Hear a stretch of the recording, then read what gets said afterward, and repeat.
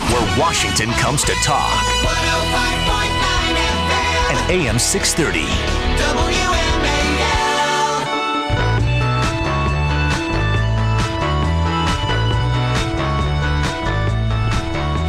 All right. Hello again, everyone, and welcome to the show. My name is Derek Hunter. I'm a contributing editor at the Daily Caller, columnist for townhall.com, and now a blogger for the New York Daily News. And this is the big news. This is a special edition of the big show, even though there's only one of me this time. Last night it broke that presidential nominee for the Republicans, Mitt Romney, was going to name Congressman Paul Ryan as his VP nominee. And Twitter lit up.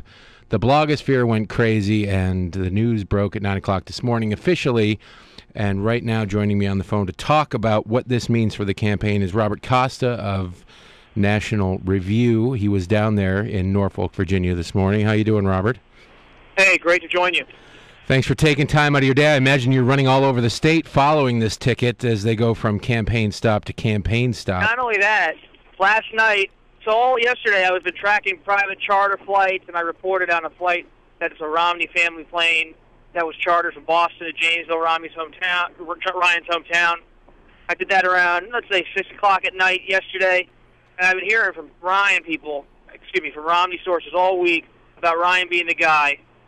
So I've just been reporting on this, and I was pretty confident about Ryan. I went on TV on Thursday and said it's going to be Ryan. But when I heard it was official and it was coming today in Norfolk, it was 11 o'clock at night, 11:30. I just went to see The Campaign, the movie in Georgetown, and I said to myself, I got to drive there. So I drove 3.5 hours, 4 hours through the night to Norfolk, Virginia, and I was there 5 feet from Romney and Ryan when the pick was announced. So before we get into what this could mean for the election, give us a sense of the crowd. They knew it was coming. How big was the crowd? What was their reaction? What sort of energy did the crowd have over this choice? Real great energy. The one thing I was struck by when I walked around and talked to people who were attending, this thing was at a military base next to a naval destroyer, the USS Wisconsin, early in the morning. So it was an older crowd, a lot of veterans, some families. But a lot of these people, they either really like Paul Ryan, big fans, or they haven't really heard about him. So I think Romney and Ryan have a lot to do to introduce Ryan to the country, because guys like us who follow politics every day, we know him. Right. But a lot of the country doesn't know him, even Republicans. So there's a little bit of a gap there. But the ones that knew it were very, very enthusiastic. And after he spoke, the ones who hadn't heard of him before, did you get a sense of how he was received? Yes. The sense was this guy is very impressive. He's articulate. He's able to articulate policy positions and principles in a way that Romney can't. It's not a slam against Romney. It's just Ryan has some certain skills and strengths. And the one thing, though, is that he's not a rousing type speaker. I've followed Ryan for a long time.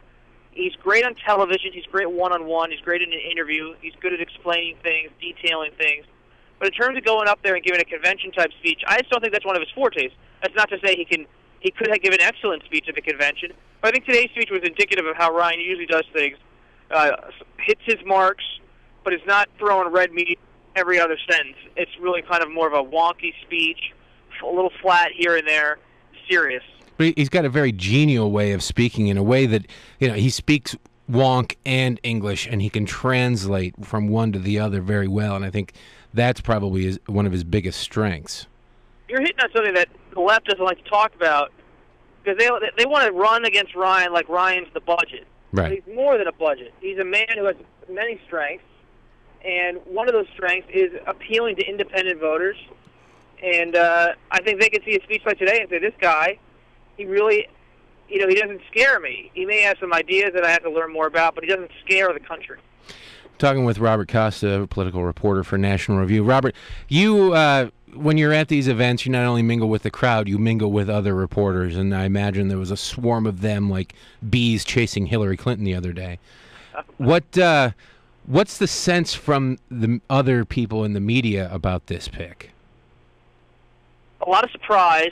I think the media was taken by surprise. Were they expecting Rubio?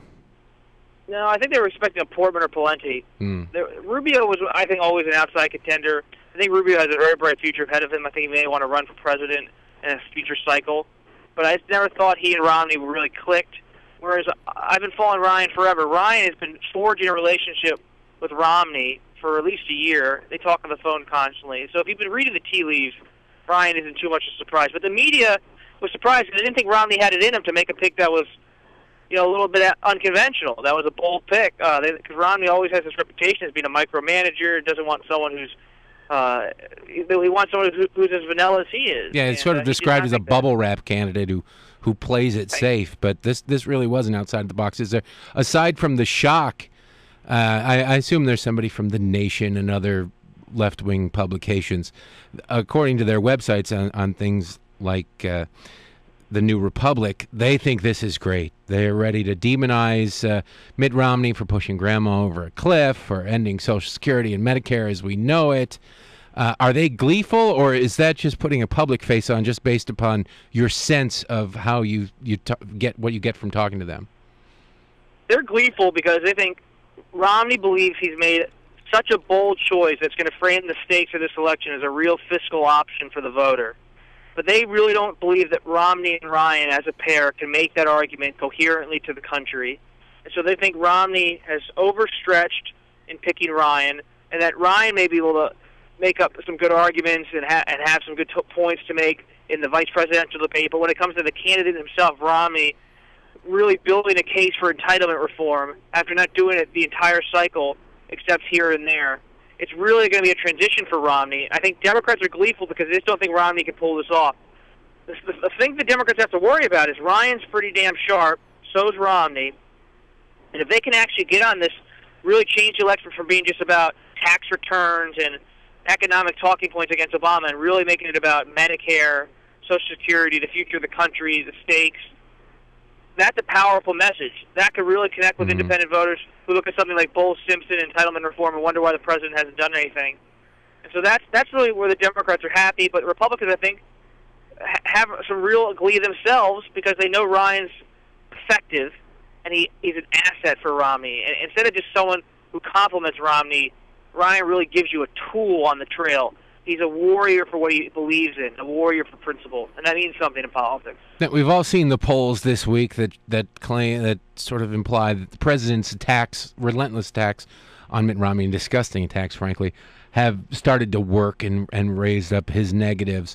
This pick won't really impact those polls for a few days, and it'll take a few more days, maybe even a week or two after the convention, to get a true sense of what this pick means, because as you say, he has to introduce Paul Ryan to the country in a way that they actually have a chance to get to know him.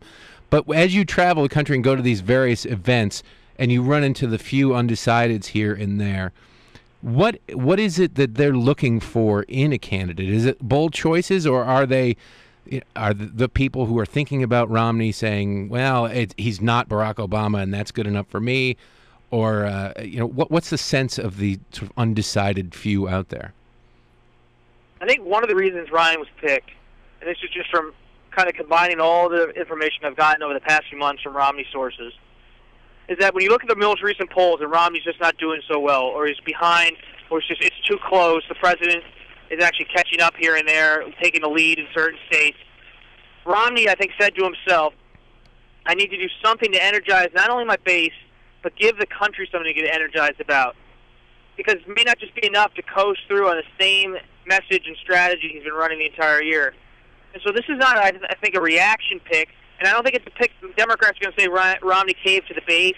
I don't think that's it. I think Romney wanted to give a jolt not only to conservatives, but to independent voters to say, this guy actually stands for something. He actually believes in something. Let me start paying attention.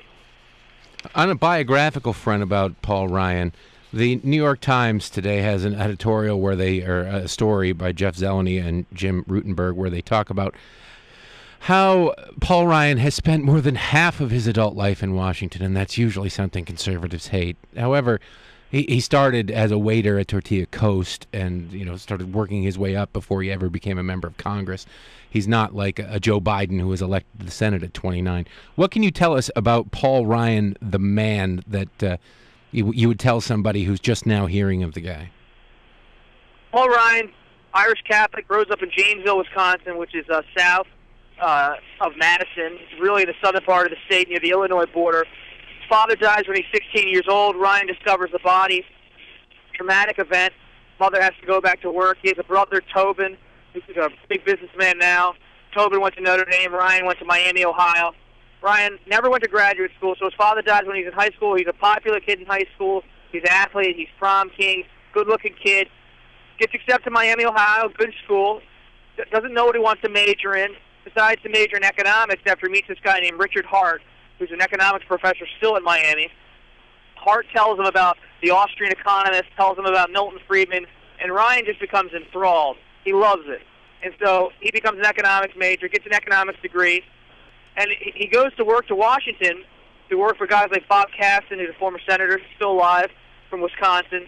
And then after he works for Caston as a speechwriter, then becomes legislative director for Sam Brownback, who was former senator and now a governor.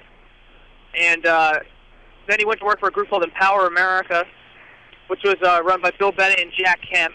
Bill Bennett still remains a big mentor to Ryan, former education secretary to Reagan. But Ryan, I think, always fancied himself a Kemp, a supply sider, right out of that Larry Kudlow school, Jack Kemp, really a pro-growth message. But you're right. When he worked at Tortilla Coast, which is right behind my office, a little Mexican restaurant on the house side of Capitol Hill, he was working as a staffer at the time, and staffers on Capitol Hill make next to nothing. So he got a job at night doing martinis and Mexican drinks at Tortilla Coast. And he also had a slew of odd jobs when he was working in Washington. But when he's 27, 28 years old, he hears of Les Aspin, who was the Democratic congressman in Janesville at the time in the late 90s. He's picked to be in Clinton's cabinet to be defense secretary. And Ryan is now up-and-coming 20-something, 26, 27-year-old staffer. And he says, I'm going to run for that seat. And this is a different kind of time. The Internet's just coming up. And so with a little bit of the good old boy network, his help in Washington, his family still remains huge in Janesville. He says, I'm going to move back to Wisconsin in 97, run for Congress. He ends up winning the seat in 98 against a woman named Lydia Spotswood. And ever since then, at 28 years old, he's been a member of the House. And really since day one, you can go watch a C-SPAN interview with Ryan when his first week in the House, back in the C-SPAN archives, he talked about wanting to focus on the budget. And so you know what? He has to embrace who he is. This is how he's been a staffer and a think tank guy and a speechwriter his entire career. Did his family own a moving dirt business? What they would do is they move dirt for construction sites. Yes, but Ryan wasn't intimately involved, but he was partly involved certain summers in high school. But his father died. His mother had to get a different job. And Ryan's he's a numbers guy. He's a thinker. But the big thing about Ryan is he has that Rust Belt appeal. He's not an elitist. I've dealt with him 1,000 times. He doesn't have a snooty nature about him. He has Green Bay Packers stuff in his office. And he only has a bachelor's degree. He doesn't have a master's, doesn't have a Ph.D. So he doesn't fancy himself an expert, just someone who's really learned things along the way. Thank you very much, Robert Costa. You can find him at nationalreview.com. Thanks for taking time out of your day. Now get back in the car and chase him down to Manassas. Thanks. All right, we'll be right back after this break. Washington's Mall, WMAL, where Washington comes to